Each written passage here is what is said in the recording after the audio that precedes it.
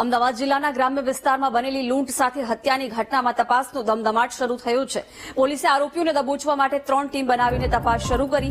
મહત્વનું છે કે ગઈકાલે માંડલ તાલુકાના રખિયાણા ગામમાં આ ઘટના ઘટી હતી। ઘરમાં ઘૂસીને અજાણ્યા શખ્સોએ વૃદ્ધ મહિલા સાથે લૂંટ ચલાવી હતી।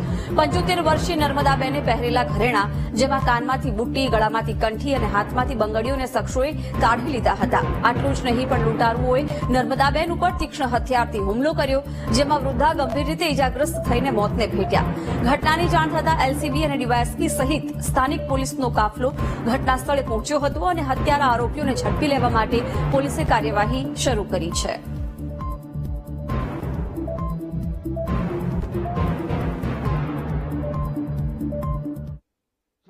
નવરાત્રીમાં એમનો છોકરો નાનો મૂકી ગયેલો અને અહીંયા રહેતા હતા અને કાલે બપોરના ગાળે 12 થી 3ના ગાળામાં એમનું મર્ડર કરી નાખેલું હોય।